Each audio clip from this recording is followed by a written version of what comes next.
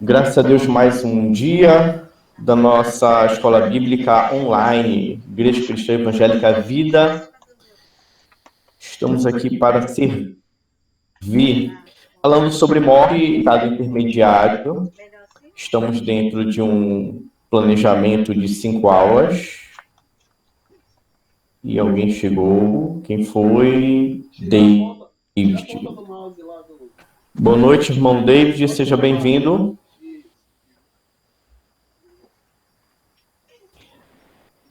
Então, ok, já tivemos a primeira e a segunda aula, e hoje é a terceira, e vamos falar sobre o que devemos pensar de nossa própria morte e da morte de outros.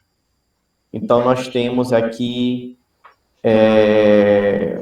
uma palavra, alguns textos que nós vamos ler, para saber como nós devemos reagir, o que a Bíblia nos orienta sobre a nossa própria morte, sobre qual é a nossa expectativa, quando perdemos alguém próximo, um parente, como devemos reagir, no nosso caso, sobre as expectativas que devemos ter. Então, vamos lá. Devemos pensar na nossa própria morte e da morte de outros. Texto aí de abertura, 2 aos Coríntios, capítulo 5, versículo 8. Temos, pois, confiança e preferimos estar ausentes do corpo e habitar com o Senhor. Então, Paulo entendia que esse momento de ausência do corpo, esse momento de morte, ele estaria com Deus. E a confiança dele estava firmada nisso. Isso já nos diferencia de pessoas que não têm a Cristo como Salvador e que têm outras expectativas. A iminência de morte pode ser algo bastante angustiante, pode ser até um tipo de tortura mental, umas pessoas realmente sofrem muito.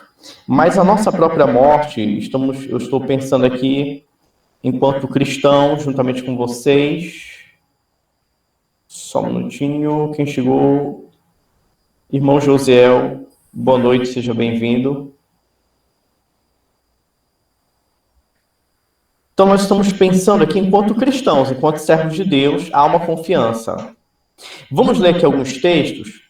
Eu vou ler Filipenses 1, de 20 a 24, e alguém já deixe reservado aí, marcado aí na sua Bíblia, Atos 7, 59 a 60.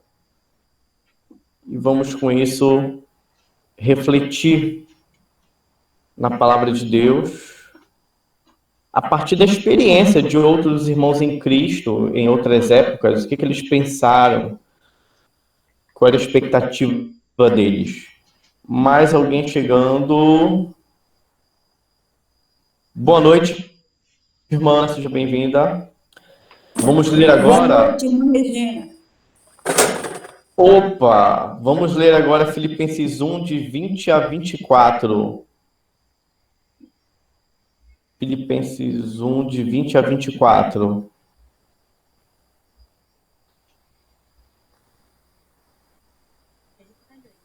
Diz o seguinte: minha grande expectativa e esperança é que eu jamais seja envergonhado, mas que continue a trabalhar corajosamente, como sempre fiz, de modo que Cristo seja honrado por meu intermédio. Quer eu viva, quer eu morra. Pois para mim o viver é Cristo e o morrer é lucro. Mas se continuar vivo, posso trabalhar e produzir fruto para Cristo. Na verdade, não sei o que escolher. Estou dividido entre os dois desejos.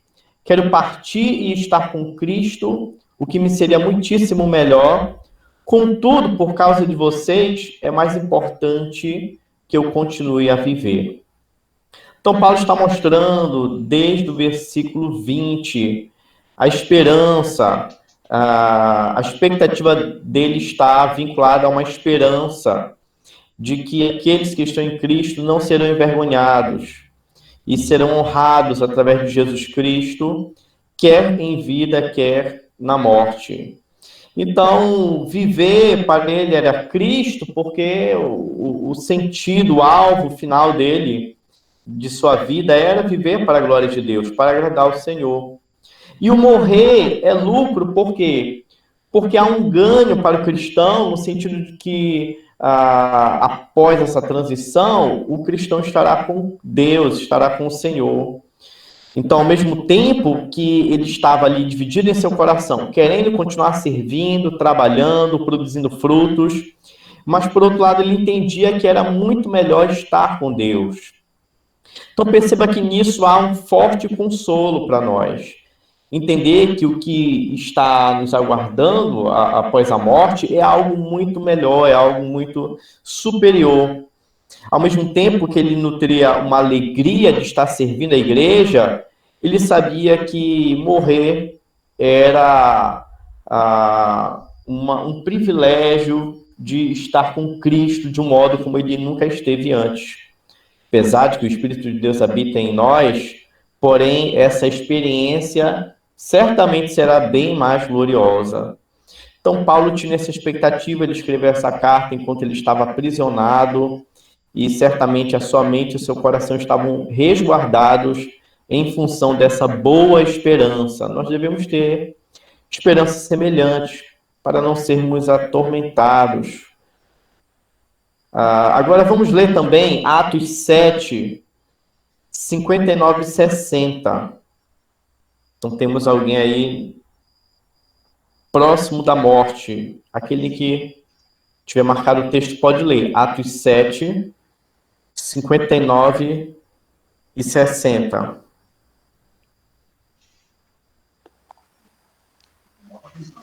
E apedrejavam Estevão, quem invocava e dizia: Senhor Jesus, recebe o meu espírito.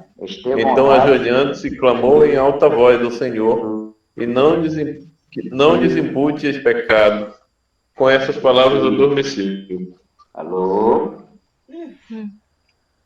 Opa, obrigado, irmão Charles. Eu acho que é o irmão Joelson. Não. Irmão Joelson. Jeremias, eu acho. Irmão Charles leu, o Joelson fica aí já na agulha já pro próximo, tá? Não foi o irmão Joelson, não. Eu acho que foi o irmão Jeremias. Foi não? Então próximo aí, quem foi que falou? Foi o irmão Jeremias? Já fica já na vez aí.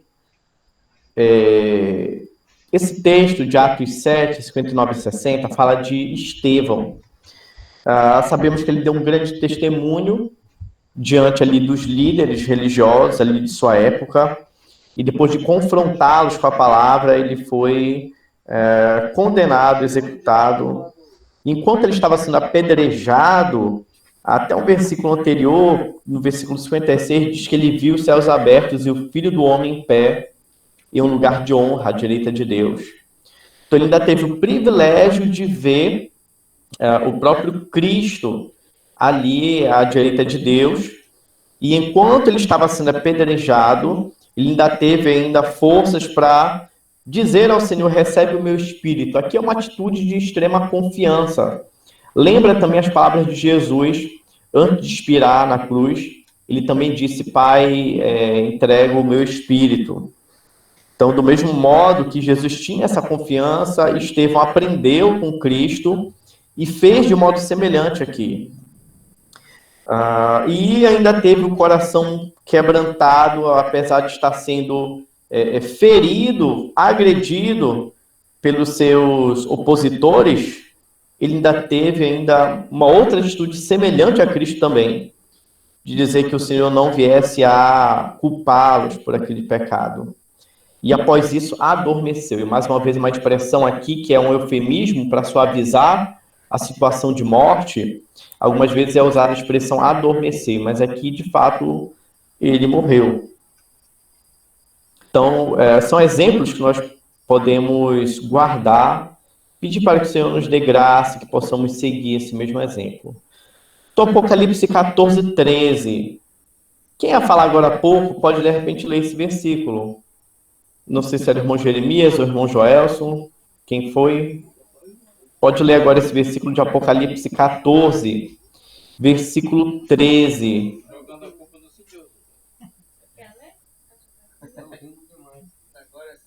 Oi, oi.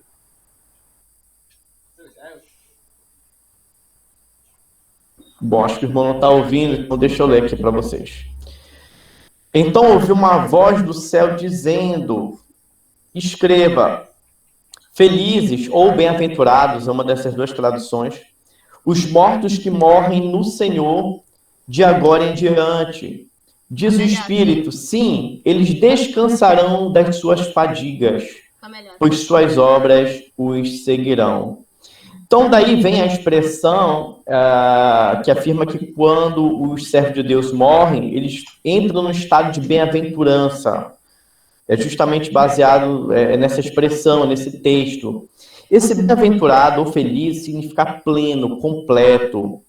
É um novo estado, o qual nós desfrutaremos dentro do reino de Deus, que Cristo já começou a operar isso em nós, mas ele será completo naquele dia, quando a obra de Deus será completa em nossas vidas. E ali encontraremos verdadeiro descanso. Esse descanso, lembrando que no Antigo Testamento, a terra prometida, ela estava relacionada também com a questão do descanso, porém, era algo meramente terreno e simbolizando algo muito melhor, algo superior, que no futuro os servos de Deus vão experimentar. Então, eles descansarão das suas fadigas. Nós encontraremos descanso. Tudo aquilo que toma as nossas forças, tudo aquilo que nos machuca, que tenta roubar a esperança, a alegria do nosso coração. Naquele momento nós encontraremos verdadeiro descanso. Então isso também deve ser um conforto para cada um de nós.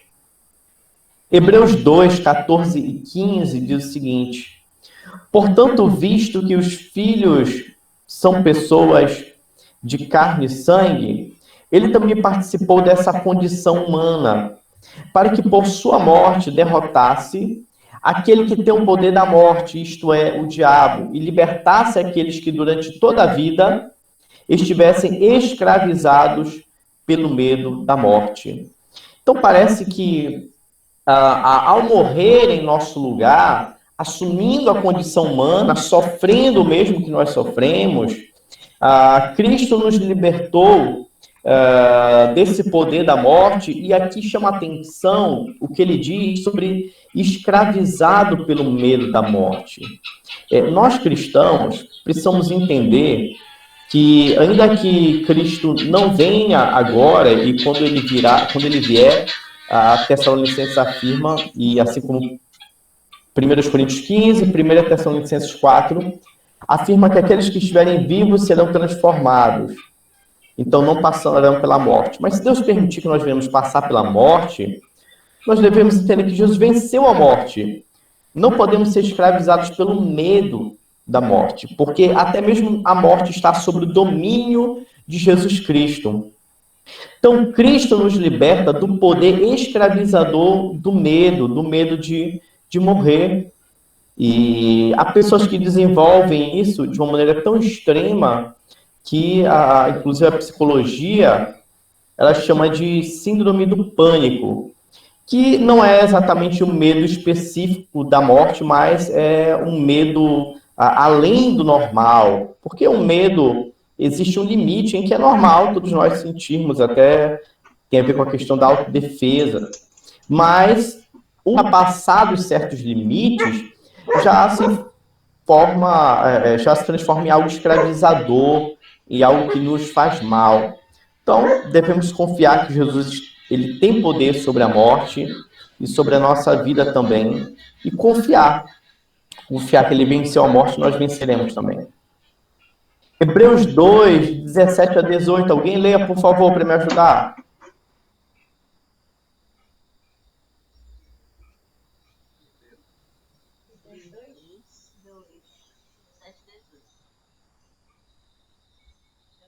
Alô? Alguém leia, por favor?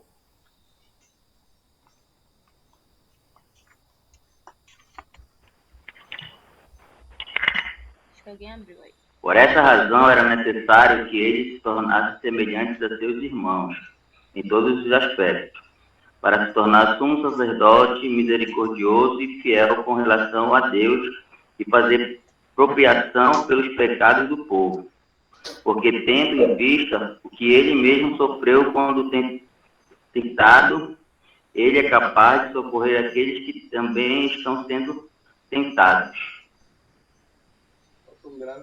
Então, foi necessário Jesus sofrer de modo semelhante a nós para que ele pudesse agora interceder em nosso favor, usando a sua misericórdia, e ele faz isso de modo constante, de modo permanente aos seus servos.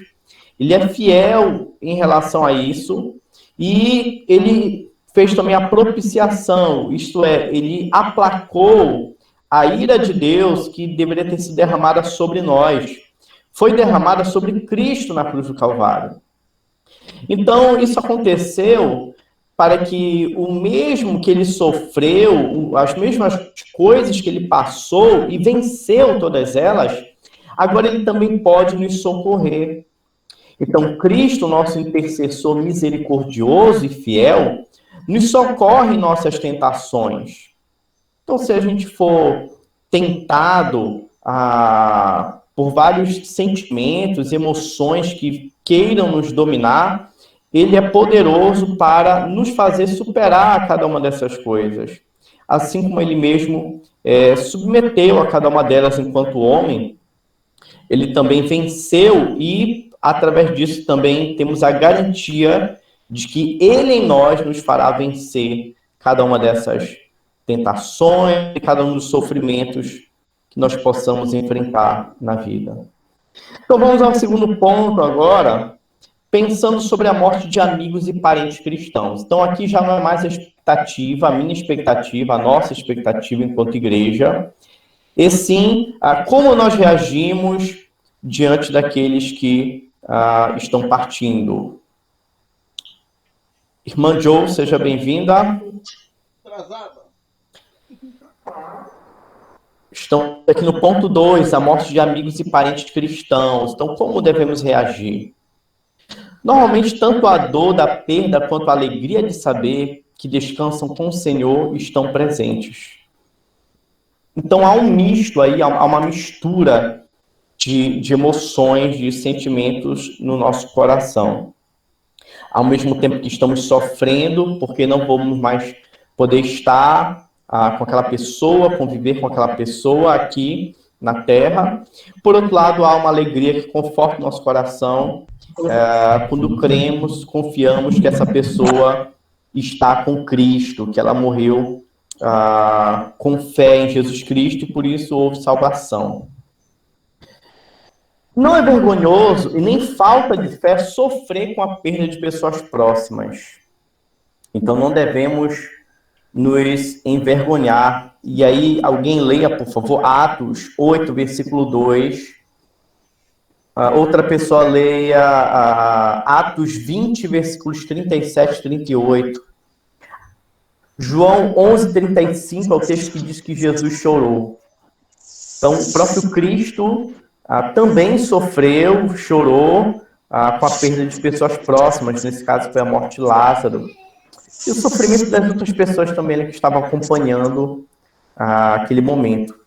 Então, alguém lê Atos 8, versículo 2, vamos ver se outros irmãos na fé também sofreram e demonstraram sofrimento diante de outras pessoas. Atos 8, 2. Vou ler. Mas alguns judeus piedosos vieram e com grande tristeza sepultaram Estevão.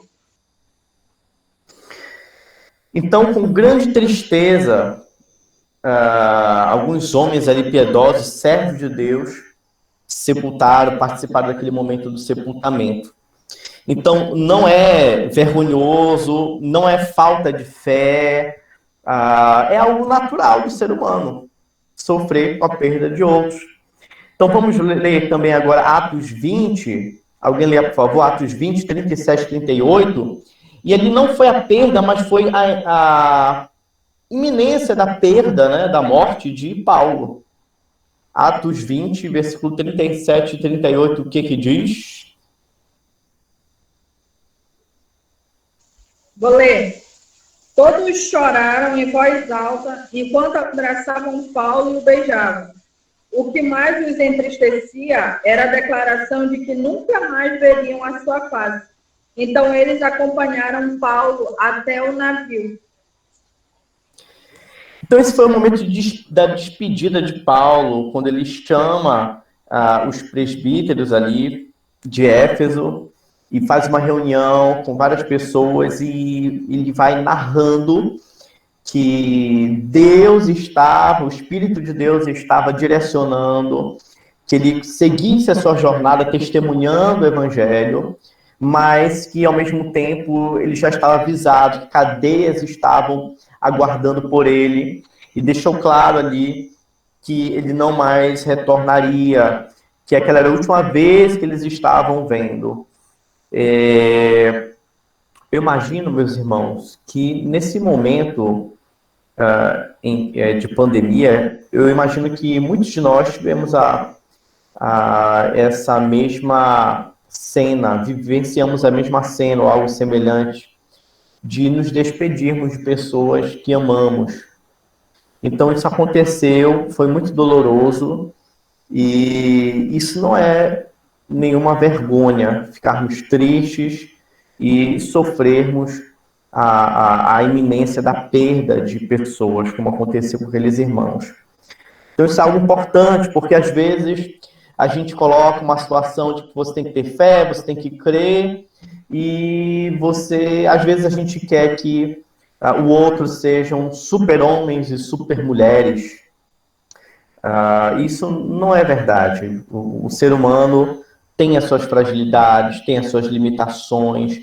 Eu acho que isso é importante até para a gente pensar e compreender o outro, que a dor da perda, a expectativa da perda de alguém que causa também sofrimento, ela causa vários impactos. E alguns sofrem mais do que outros, e devemos não tentar nivelar que todos tenham as mesmas reações, mas compreender que é algo natural, e ao mesmo tempo que venhamos confortar as pessoas e dar uma palavra de fé, de esperança, mostrando o lado também da alegria do fato dessas pessoas estarem com Deus. Não é vergonhoso também chorar junto com os que sofrem por suas perdas. E aqui o texto de Jó, se alguém puder ler, Jó capítulo 2, versículos de 11 a 13. Fala muito bem dessa solidariedade que a Bíblia mesmo nos fala, como membros uns dos outros, devemos chorar com os que choram, nos alegrar com aqueles que se alegram. Então, veja naquela cultura qual era a atitude, qual era a reação, como eles demonstravam ali o companheirismo e o sofrimento junto de Jó. Naquele momento, Jó tinha perdido seus bens, os seus 10 filhos, 7 homens, 3 mulheres, e estava ali agora interiormente destruído. Qual foi a reação dos seus amigos quando eles chegaram e viram Jó naquele estado? Alguém lê, por favor. E 3 amigos de Jó, ouvindo falar da desgraça que lhe havia acontecido, vieram cada um do seu lugar, pois haviam combinado de vir prestar-lhe solidariedade e consolá-lo. Elifaz, o temanita, Bildade, o suíta, e Zofar, o naamatita. Eles o viram de longe, mas não o reconheceram.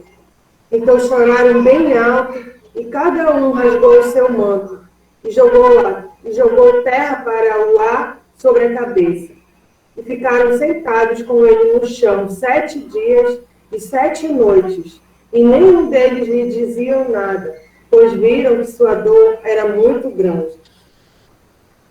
Então, meus irmãos, ao mesmo tempo que estamos aprendendo sobre a morte, o que é, por que acontece, hoje nós estamos aprendendo muitas coisas sobre como agir diante da morte e como agir diante de pessoas que perderam outras pessoas próximas.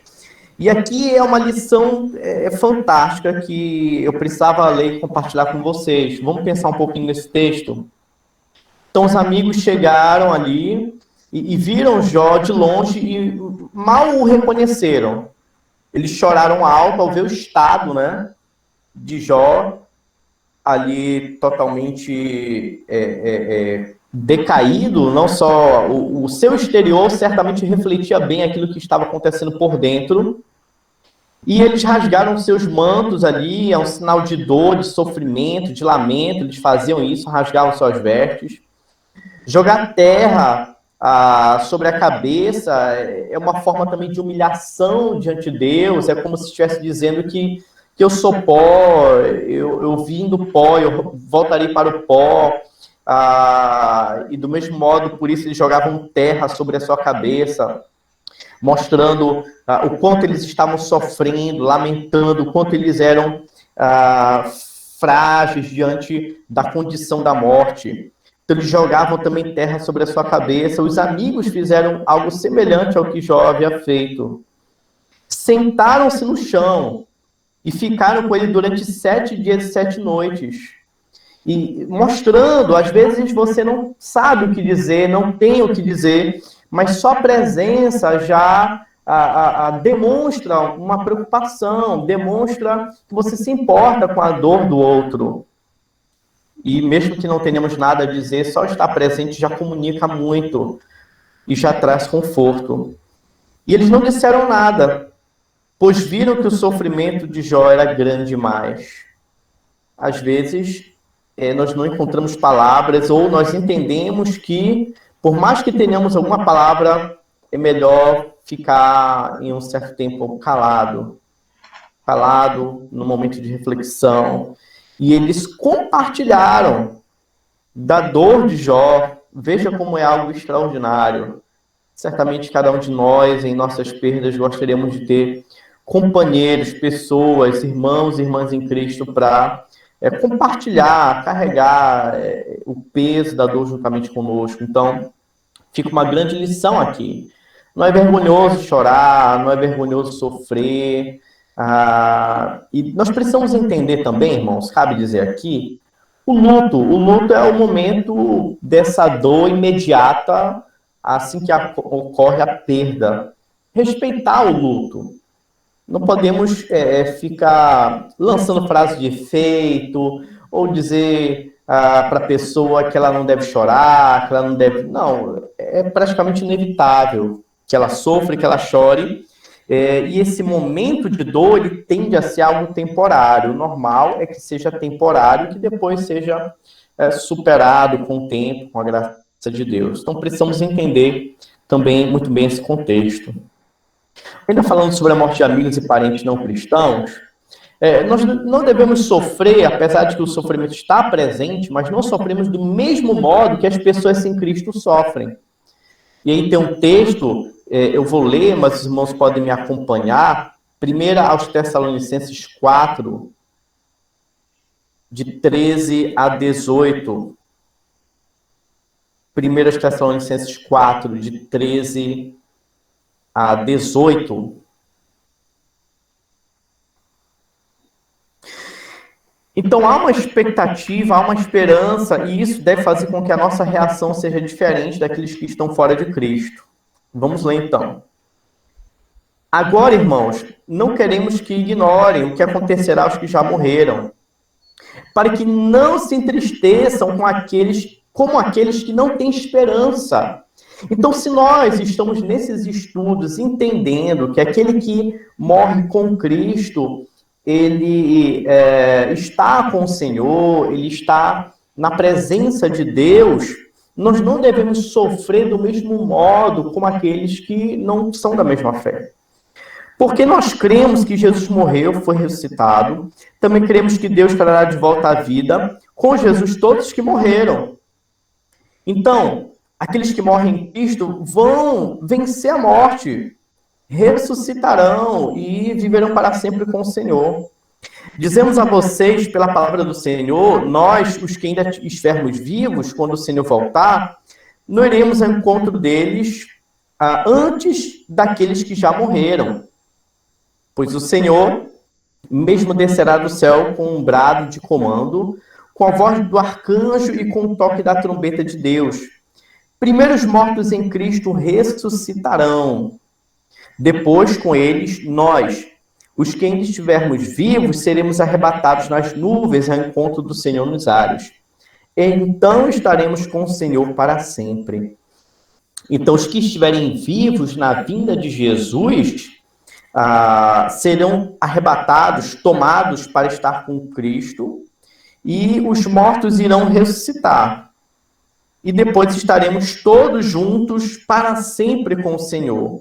Então, a consequência desses ensinamentos deve ser um conforto, como ele conclui no último versículo. Portanto, ou seja, tendo em vista todas essas coisas, animem uns aos outros, consolem uns aos outros com essas palavras. Essa é uma palavra que é extremamente importante e pertinente em um culto memorial, como nós chamamos agora. Antigamente usava a expressão culto fúnebre, agora é mais comum falar culto memorial. Então, é um momento de culto a Deus, de adoração a Deus. Deus é o centro do que está acontecendo ali. Nós estamos agradecendo, nós agradecemos a Deus em memória daquela pessoa que tivemos a oportunidade de desfrutar momentos juntos em vida. Então, essa é uma palavra muito pertinente nesses momentos. Por outro lado, também, apesar de toda a dor que sentimos durante o luto, devemos adorar o Senhor. Vejamos os exemplos de Davi e Jó. E a gente fica pensando como isso deve ser difícil no primeiro momento, mas vamos ler. Alguém lê, por favor? Segundo livro de Samuel, 12, versículos 19 e 20. Davi está tendo ali uma reação depois da morte do seu filho. E Jó também reagindo diante da morte dos seus, no capítulo 1, versículos 20 e 21. Eu peço aos irmãos que contribuam agora com essas leituras.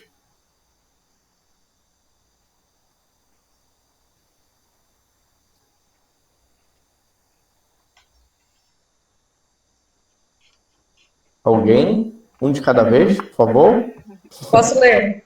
Vai lá. 2 Samuel 12, de 19 e 20. Davi, percebendo os cochichos entre os seus conselheiros, compreendeu o que havia acontecido e perguntou: a criança morreu? Sim, responderam eles, a criança está morta.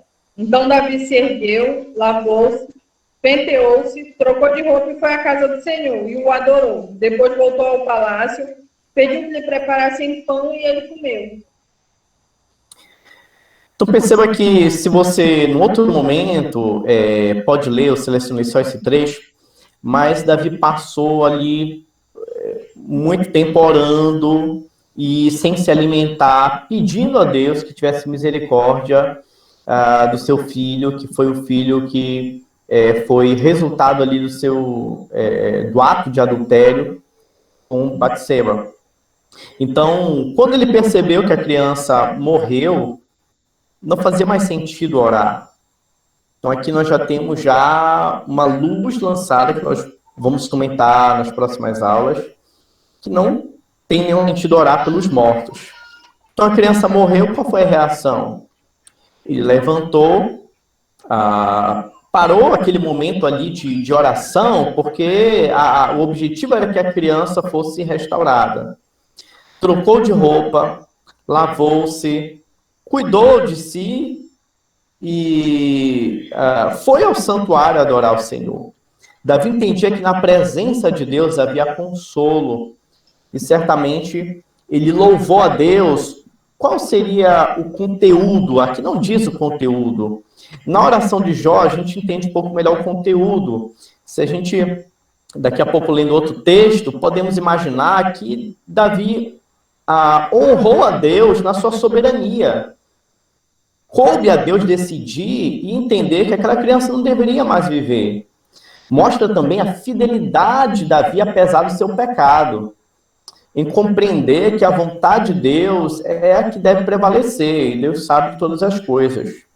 E Deus é tão misericordioso que o outro filho que Davi teve, ele, com a mesma mulher, que foi Salomão, veio a se tornar rei. Como Deus é misericordioso, então nós devemos adorar até mesmo nessas circunstâncias ruins. dizer, Senhor, eu entendo que Tu és soberano, Tu decidiste dessa forma, e eu quero me render à Tua vontade. E glorificar a Deus por ser o dono da vida, e que Ele governa sobre tudo e sobre todos. E depois, quando ele retornou, ele retoma ali a sua vida, volta a se alimentar e volta a comer, mostrando ali que aquele momento de luto passou e foi superado na presença de Deus, em adoração. Se alguém perdeu uma pessoa próxima, não é recomendável que você deixe de adorar a Deus, deixe de cultuar o Senhor, pare os seus devocionais, nada disso. Continue adorando a Deus, continue buscando ao Senhor, e você vai encontrar força e conforto na presença de Deus. Alguém separou Jó, capítulo 1, versículo 20 e 21? Se não... Opa, alguém aí? Pode ler? Tá, vou ler.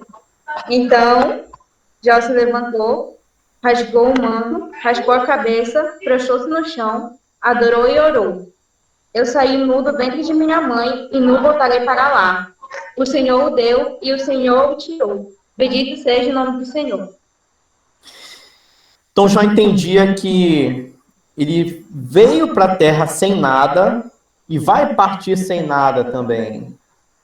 Então, assim como ele não trouxe nada para a vida, ele saiu nu, tudo aquilo que ele recebeu, tudo aquilo que pertencia a ele, não só em bens materiais, mas em pessoas, a família, tudo foi dado por Deus, tudo foi recebido, e o Senhor foi quem o deu.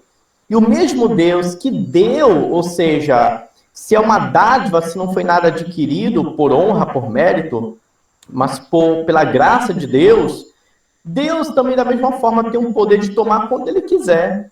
Quem somos nós para questionar a Deus? Ele deu, Ele tomou. Então, se Ele adorou a Deus enquanto Ele tinha, por que Ele não iria adorar também agora que Ele não tem mais? Fala muito sobre a soberania de Deus. Fala muito da nossa insuficiência, da nossa dependência de Deus na nossa vida terrena. Fala muito também sobre a nossa transitoriedade, as coisas temporais que nós experimentamos aqui. É pela graça de Deus, é pelo amor de Deus. E às vezes, quando perdemos, temos muita dificuldade de seguir na nossa caminhada.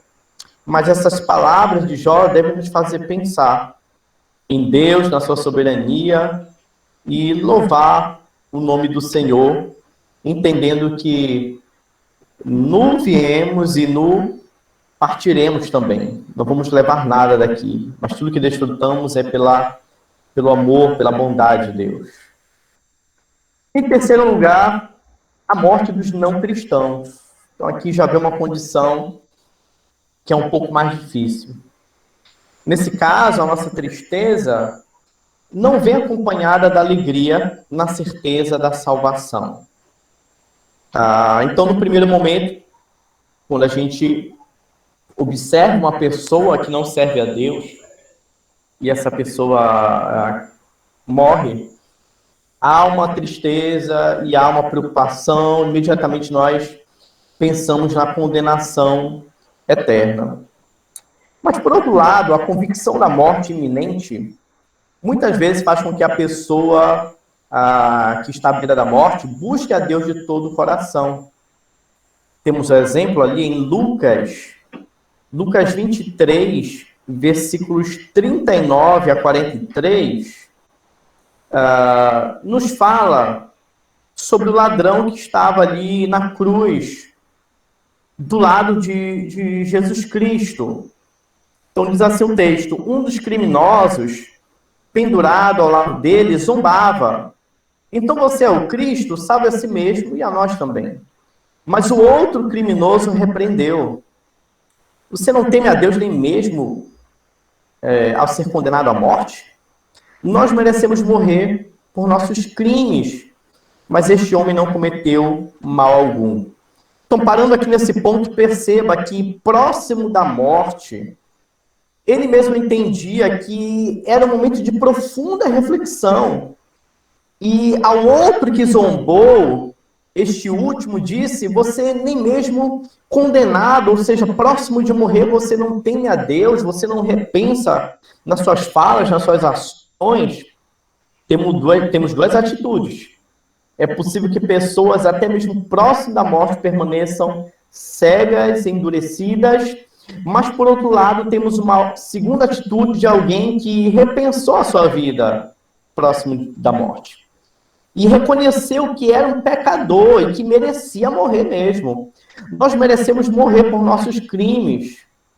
E, por outro lado, reconheceu a pureza e a santidade de Jesus. Mas este homem, ou seja, Jesus Cristo, não cometeu mal algum.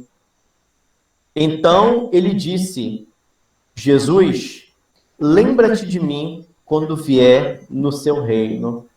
Ao mesmo tempo que ele reconhece a si mesmo como pecador, olha para Jesus como alguém que não merecia estar ali, que era alguém que não havia pecados, que não merecia aquela condenação, ele pede para que Jesus lembre dele. Reconhece Jesus como um rei, lembre de mim no teu reino.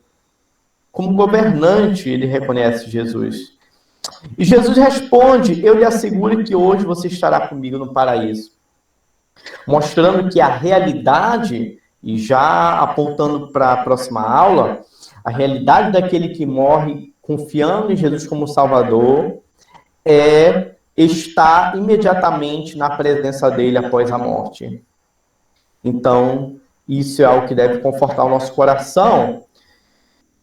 Existem situações em que pessoas que nunca tiveram uma boa conduta, um bom testemunho, mas próximo da morte, param para repensar a sua vida.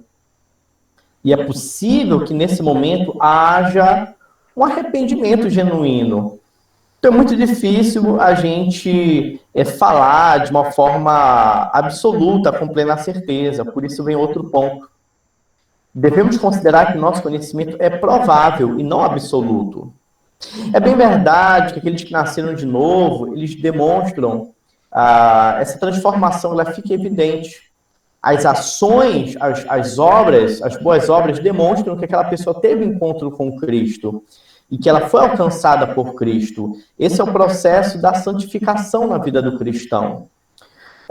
Não quer dizer que o cristão não peca, não erra, mas quer dizer que ele se arrepende constantemente, que ele reconhece os seus pecados, ele luta contra os seus pecados, ele se entristece com os seus pecados, e ele luta e vence o pecado porque não é mais escravo do mesmo.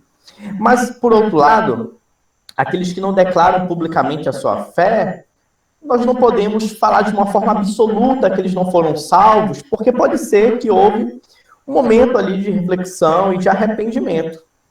Então, eu deixo essa palavra, e pensando ali no ladrão da cruz, para que haja também uma esperança. Apesar de que, por exemplo, sou convidado a fazer uma cerimônia ali, um culto de adoração a Deus pela partida de alguém que não era cristão. Seria imprudente da minha parte afirmar que aquela pessoa foi salva diante dessa palavra que eu dei, mas ao mesmo tempo não podemos falar de uma forma absoluta que ela foi condenada. Então é possível nutrir alguma esperança. O ideal é dizer que, olha, isso é algo que pertence a Deus, é algo que pertence ao Senhor, e é o Deus que vai julgar todos aqueles que partiram, e o Senhor sabe todas as coisas. E normalmente nosso foco, nossa palavra é direcionada para confortar os familiares e aqueles que estão ali presentes. Então precisamos ter essa humildade também, de entender que isso é algo que pertence a Deus. Existem outros textos que falam que haverá muita... Nós seremos surpreendidos, né, naquele grande dia. E então, de repente, pessoas que imaginamos que são salvas, mas na verdade não são, e vice-versa. Então precisamos ser muito cuidadosos também e respeitosos em relação a isso. Um outro ponto é que durante o luto é mais apropriado expressar gratidão pelas coisas boas relacionadas à pessoa que faleceu. Então tem um texto aí, se alguém puder ler, segundo livro do profeta Samuel, capítulo 1, versículo 19 a 24. Não estou estimulando aqui dizendo que algumas pessoas também criam uma coisa exagerada e não condizente com a realidade que foi a vida daquela pessoa, colocando qualidades até que não existiam. Mas, por outro lado, é respeitoso, parece ser apropriado, com base no exemplo de Davi, e a gente observa até que houve um perdão de Davi em relação a Saul. Alguém lê aí esse texto, e nós vamos observar que Davi ressaltou coisas positivas, coisas boas relacionadas a Saul, por entender que apesar de todos os pecados de Saul, ele foi o homem que Deus escolheu, por certo tempo reinou, por certo tempo cumpriu e fez coisas boas diante ali do povo de Israel, mas sabemos que ele cometeu muitos erros, perseguiu Davi e não morreu porque o Senhor não permitiu. Então vamos ver como é que Davi trata e lida com isso nesse texto. Qual é o texto, pastor? Segundo livro de Samuel, capítulo 1, versículos 19 a 24. Então, uma poesia, um cântico aqui poético que Davi fez naquele momento ali de pranto. É um de... Segundo livro de Samuel, capítulo 1, versículos 19 a 24.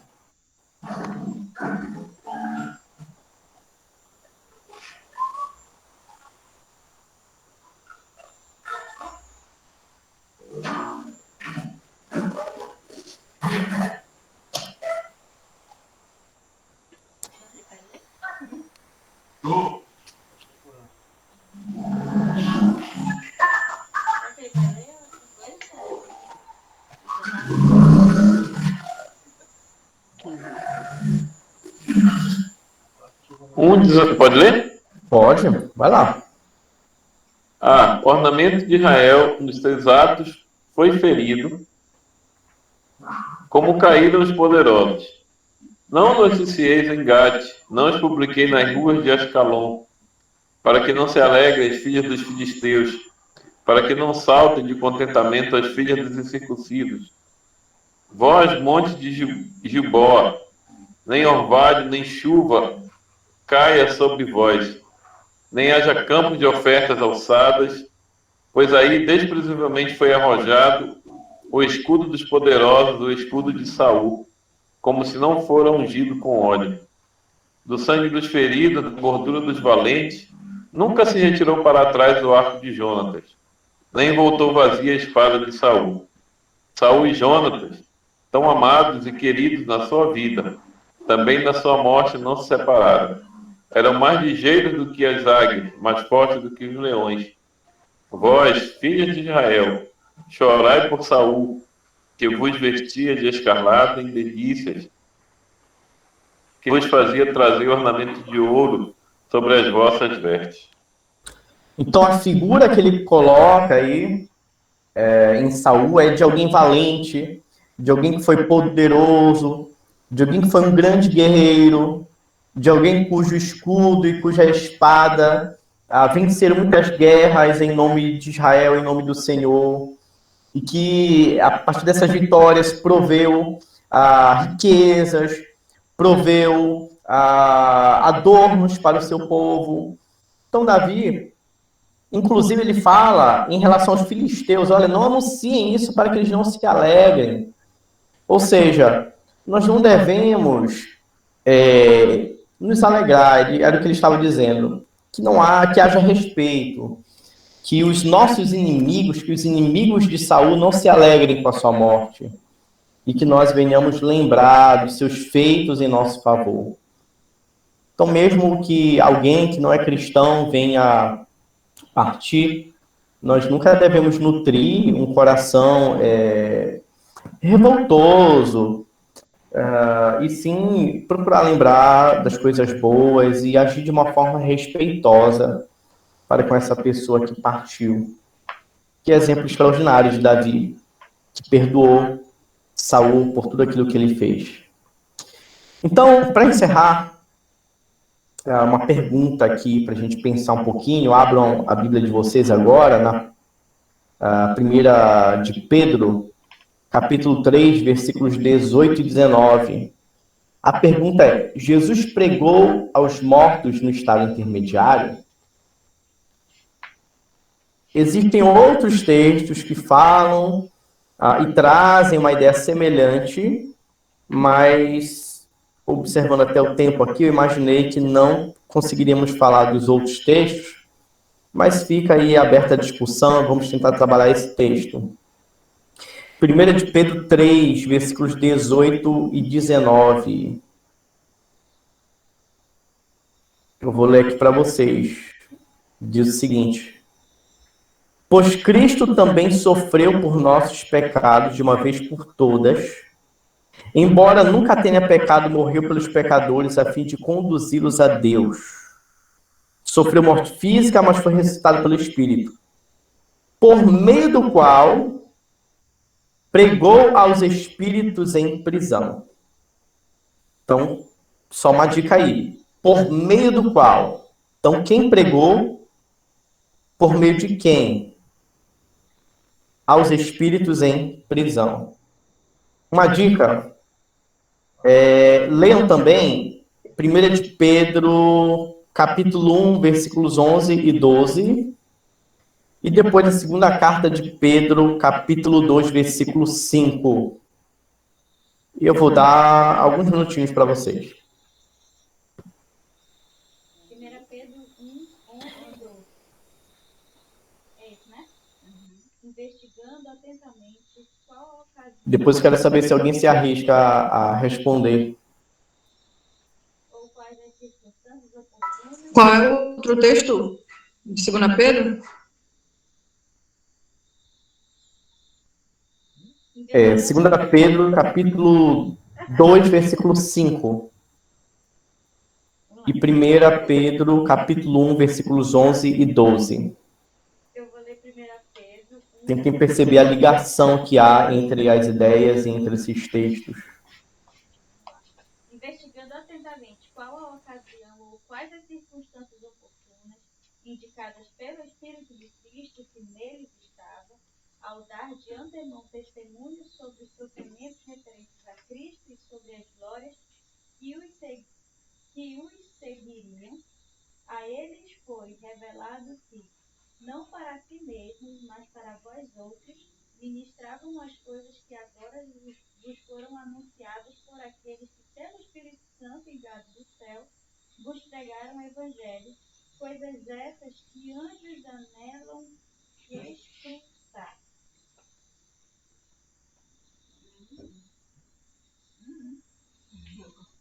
Qual outro? 2 Pedro 2, 5. Para ver se ele está versando, mas não.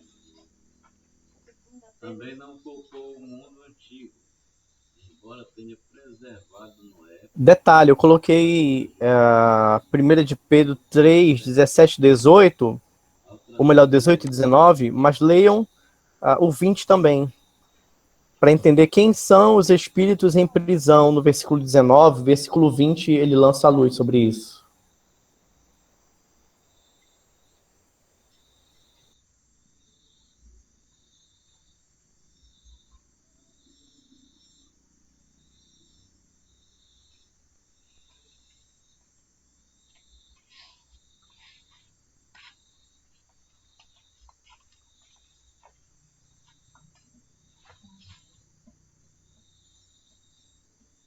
Pergunta é: Jesus pregou aos mortos no estado intermediário?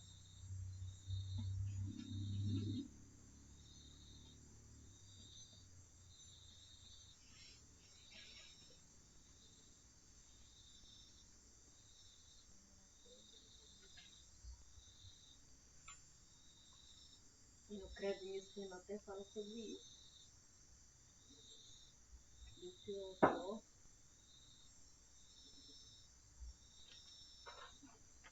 ele foi.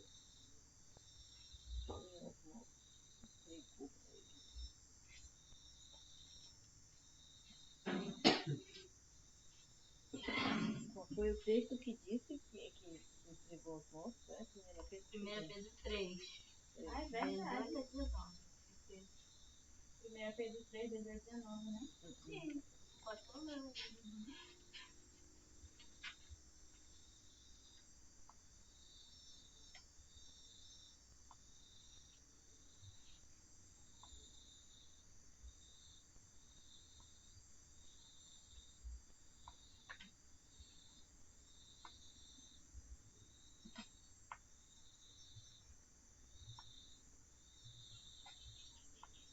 Vivificado no Espírito, no qual, ele disse, vê-se no qual, no Espírito, no qual também foi e pregou aos Espíritos entre os santos.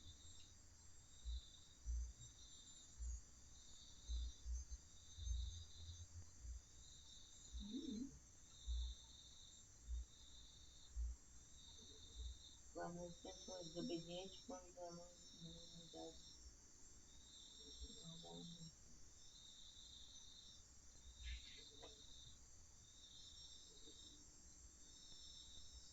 Tem um texto também que fala que quando ele ressuscitou, ele desceu aos mortos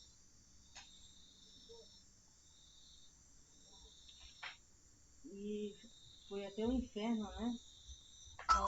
Eu não consigo opinar. Deixa eu tentar ajudar vocês a organizar os pensamentos aqui. Peraí. Não vou nem arriscar, pois tu nem perguntar, mas não opinar. Peraí, deixa eu tentar ajudar vocês a organizar os pensamentos. Vamos lá. De improviso aqui. Vamos por parte, né? Olhando o texto. Vocês já leram todos os textos? Sim. Tá. Alguém se arrisca?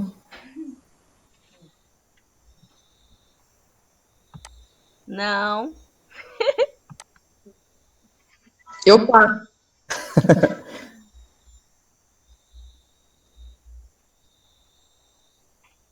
Não vou me arriscar nem perguntar, nem depois que o senhor explicar. Então, olha só. Em primeiro lugar, quem pregou? Eu quero falar. Pode falar. Eu não sei, mas pode ser que as pessoas que não se arrependeram no tempo de Noé. Uau! Isso aí, tá no caminho, é isso mesmo. Então, você respondeu a última pergunta aqui, ó. Coloquei 4. Ou melhor, a terceira, para quem pregou. Então, você entende que essas pessoas foram aquelas que não se arrependeram no tempo de Noé. Eu concordo. Que mais, Jô? Só isso mesmo. Até agora. Tá bom. Mas, pastor, só no tempo de Noé, e esse povo aí do tempo de Noé até a morte de Cristo? Não tem não tem uma segunda chance? Opa! Rapaz, isso aí exige mais um bom tempo da nossa próxima aula. Esse é um dos textos, irmão Charles, que fundamenta esse pensamento. Essa pergunta que você está fazendo, esse é um dos textos que algumas pessoas usam e falam, olha, Jesus pregou para as pessoas depois que elas estavam mortas, então tem uma segunda chance. Então esse texto traz realmente essa dúvida, essa indagação. Foi muito pertinente a tua pergunta. Tem outros textos também que falam de modo semelhante, mas hoje a gente vai ficar só nesse texto aí. 1 de Pedro 3, ou melhor, vamos lá para o capítulo 1. 1 de Pedro, capítulo 1, versículo 11 e 12.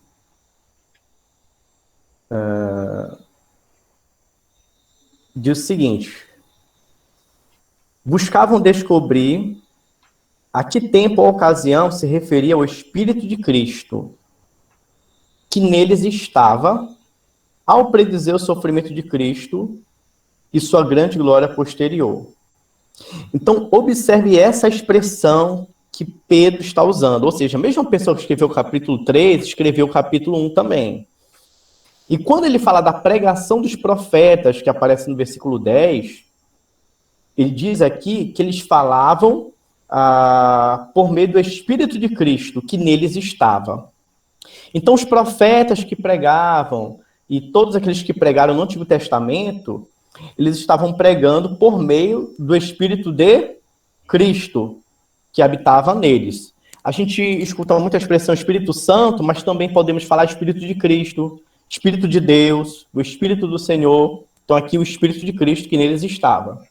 Verso 12. Foi-lhes dito que suas mensagens não eram para eles, mas para vocês. E agora essas boas novas lhes foram anunciadas por aqueles que pregaram pelo poder do Espírito Santo enviado do céu.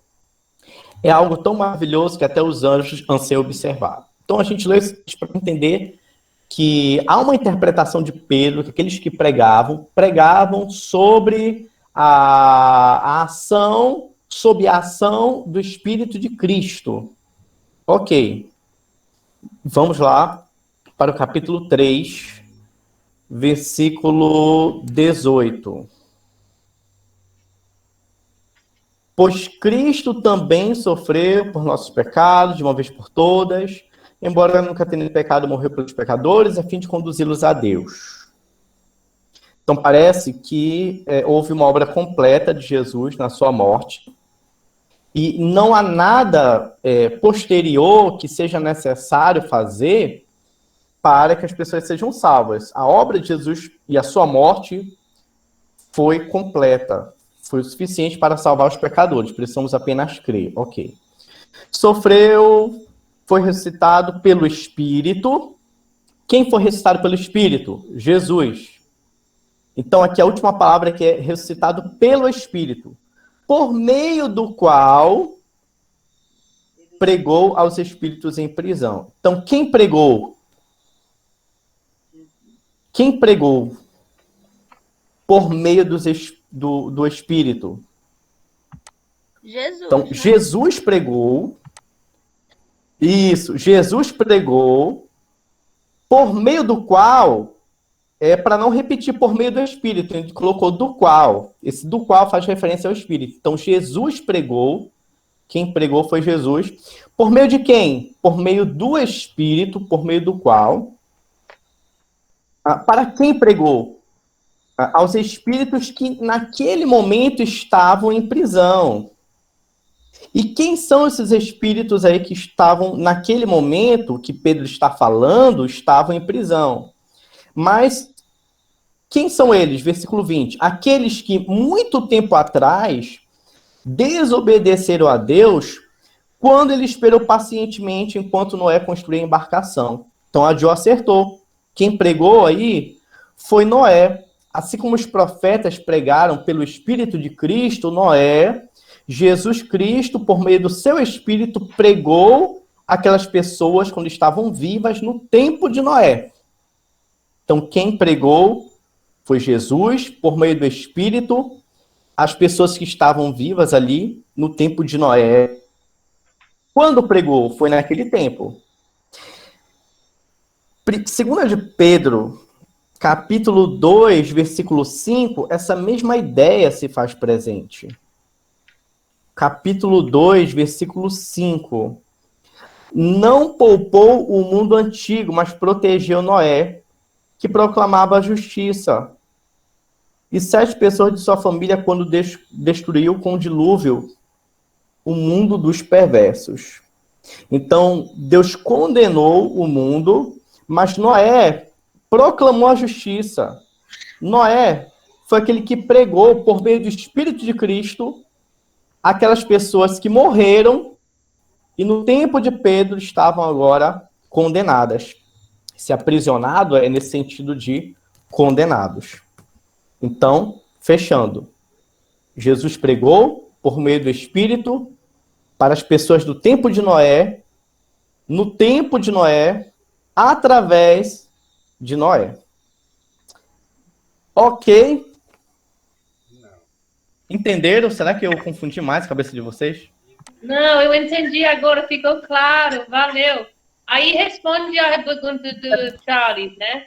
Porque não fala que Jesus foi naquele momento que ele estava, depois que ele morreu, né? Mas foi na época de Noé. Então não pode pegar esse texto e falar que, porque Jesus pregou naquele momento que tinha oportunidade para a pessoa se arrepender depois da morte. Mas, pastor, tem uma pergunta. Isso aí. Olha, eu vou fazer o seguinte. Diga. No 19 ele diz, e no Espírito foi e pregou aos espíritos que estavam presos. Pelo fato de dizer que eram espíritos, não diz que eles estavam mortos?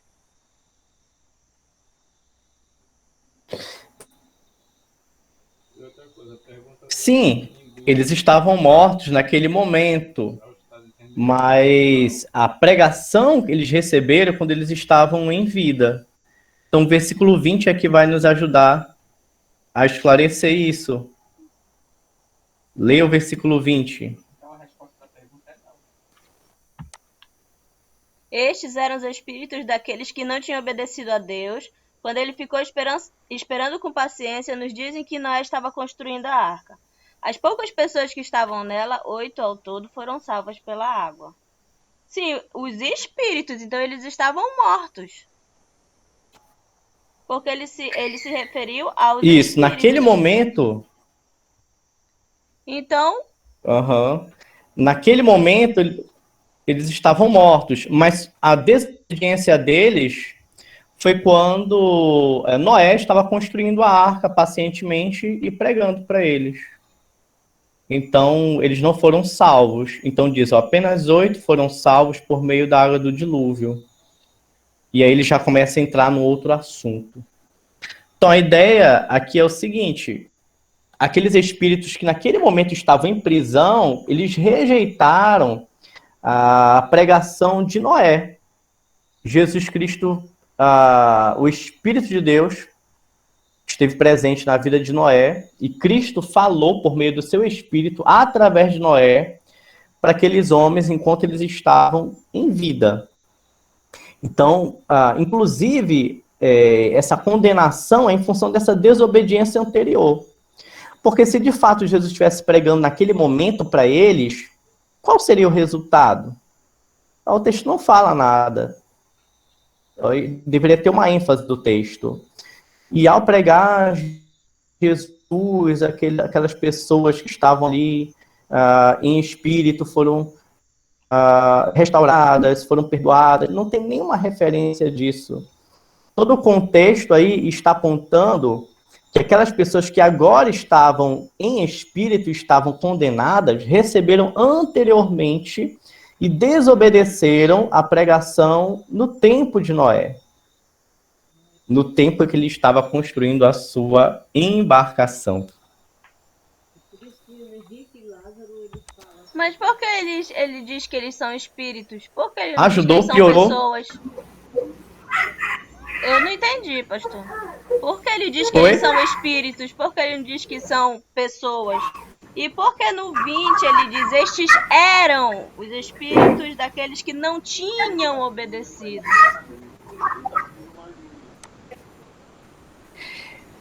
Ele diz que são espíritos porque naquele momento eles estavam mortos e condenados, né, aprisionados.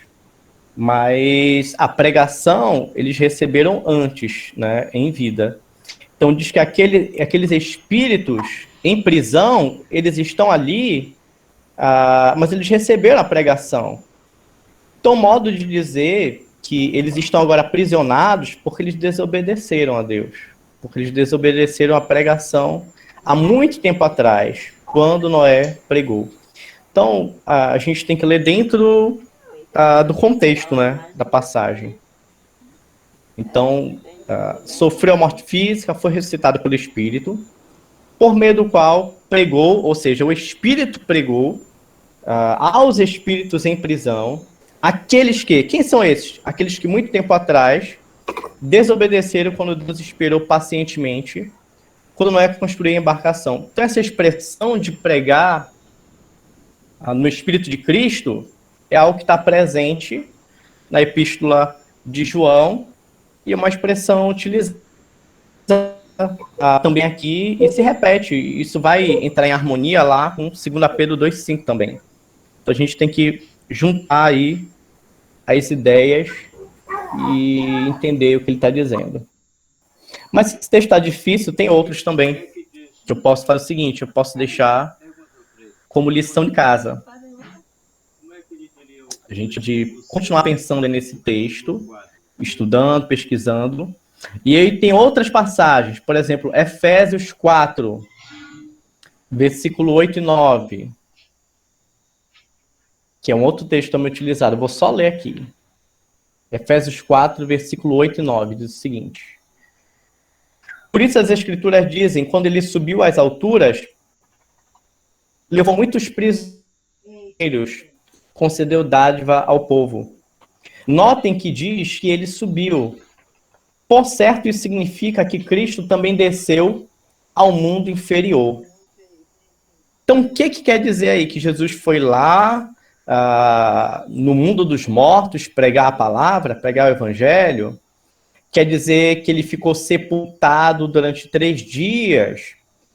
O que significa essa passagem? Então, outro texto também difícil. E também tem Romanos 10, versículo 6, e alguns outros textos também. 1 de Pedro 4, 6 também. Isso. Então, todos esses textos apontam para essa dúvida, né? Essa mesma dúvida. Pois é, papai acabou de perguntar. Interessou 1 Pedro 4, 6. o assunto? A gente vai trabalhar isso próxima aula, é? Porque ficou muitas dúvidas para mim. Como ficou dúvida... Então, anota lá esses textos aqui, a gente vai comentar todos esses textos. Romanos 10, versículos 6 e 7.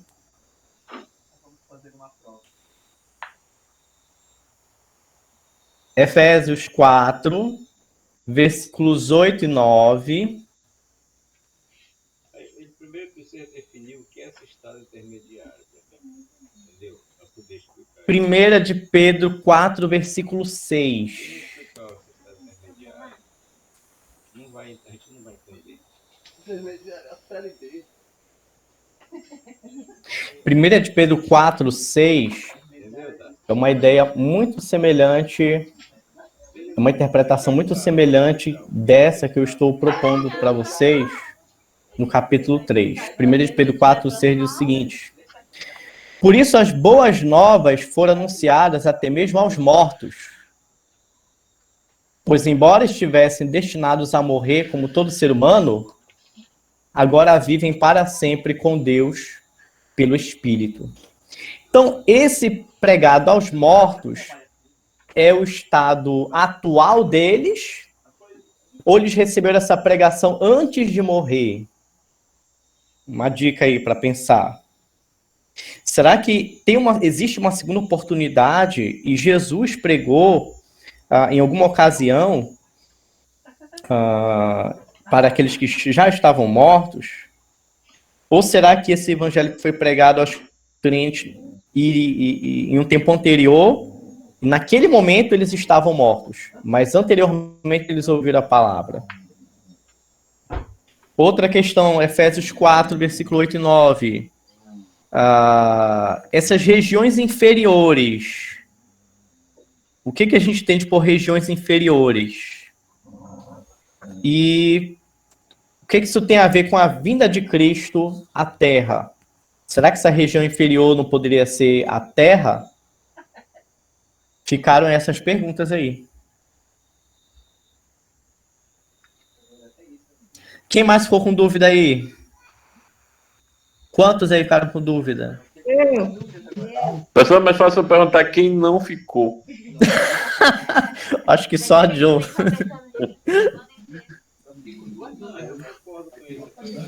Então anotem esses textos e a gente vai falar um por um todos eles na próxima aula. Na nossa próxima aula, a gente vai ler outros textos que também vão nos ajudar. A gente vai falar sobre para onde vai a alma dos cristãos após a morte e para onde vai a alma dos incrédulos, né? Vai ser a última. Mas na próxima aula, alguns textos já vão nos ajudar também. O que acontece? Para onde vai? A parábola o texto ali do rico e Lázaro vai lançar luz sobre isso também. Mas nesse momento a explicação que eu deixo é a seguinte. Voltando aqui ao último slide. Quem pregou foi Jesus Cristo. Por meio do seu Espírito, pregou para aqueles que estavam naquele momento em espírito, aprisionados. Porém, essa pregação foi através de Noé, no período de Noé, no tempo de Noé, através de Noé. E isso está em conformidade com 2 Pedro 2,5 e 1 de Pedro 1, versículos 11 e 12. Estudem, vejam aí os argumentos e os prós, os contras de pensar sobre isso. Se a gente entende que a Bíblia ela é inspirada por Deus e ela não pode haver contradição, e se a gente entende que Jesus pregou para os espíritos ali naquele momento que eles já estavam mortos, então a gente abre margem para uma segunda oportunidade. Então quer dizer que depois da morte há uma possibilidade, ou pelo menos naquela ocasião, né, em que Jesus ainda teria essa outra discussão. É algo permanente essa pregação para aqueles que já estão mortos? Ou foi só no momento em que Jesus morreu, ressuscitou, ele pregou e aqueles ali tiveram a oportunidade de ouvir mais uma vez? Então suscitam todas essas outras perguntas também. Mas fiquem tranquilos. Vocês vão dormir bem? Vai, tranquilo. Anotaram os textos aí direitinho? Anotei sim, pastor. Sim. Anotou, minha filha?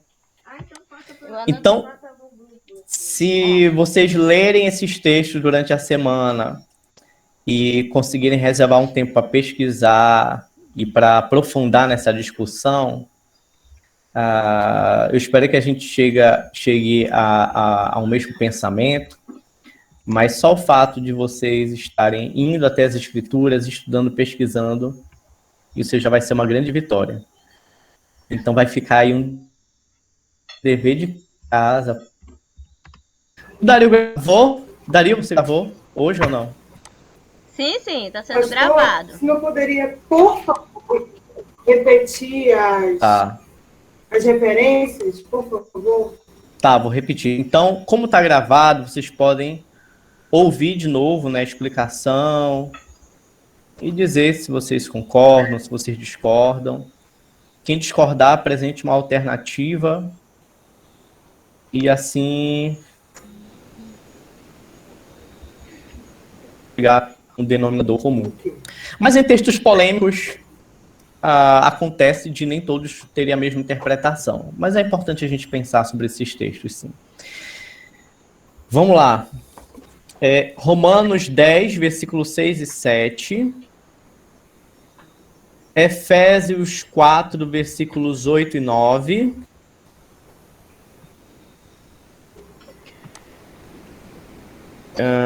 Primeira de Pedro 3, 18 ao 20, foi o que lemos hoje, vamos voltar. E 1 de Pedro 4, versículo 6. Outros textos que vocês podem ler para ajudar é Lucas 16. Lucas 16, versículo 19 a 31. Deixa eu só conferir aqui. Isso, 19 a 31. E sobre essa segunda oportunidade, há ou não uma segunda oportunidade? Um outro texto, anote aí. Hebreus 9, 27. Hebreus 9, 27.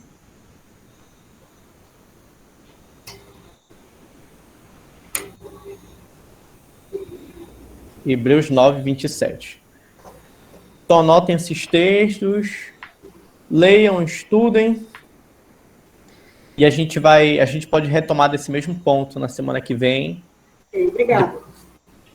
E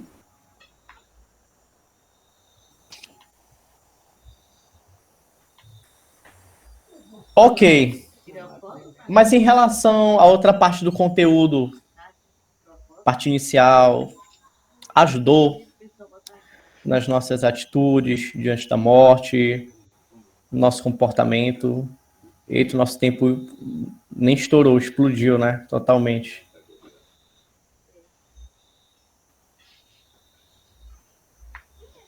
Começou que horas hoje? De verdade, assim, para você 19h15. Não, 18h15, né? 18h15, perdão. Pois é, eu não consegui terminar o meu estudo com os adolescentes em tempo. Por causa disso, a gente entrou tarde. Eu sei. Mas elas estão aqui comigo, a Bárbara, a Emily e a Rebeca, que participaram também. Porque ela tá no celular. Amém, amém, que bom. Então podemos ficar assim? Espero ter ajudado na maior parte do tempo. E Tranquilo, professor. ficou apenas essa dúvida para a gente trabalhar um pouco mais na próxima semana. Porque ela tá no celular dela. E na próxima semana a gente vai trabalhar esses textos que eu falei e tentar pensar onde é, para onde vai, como é esse lugar. Os poucos textos que temos falando sobre isso, vamos tentar explorar o máximo possível. Tudo bem?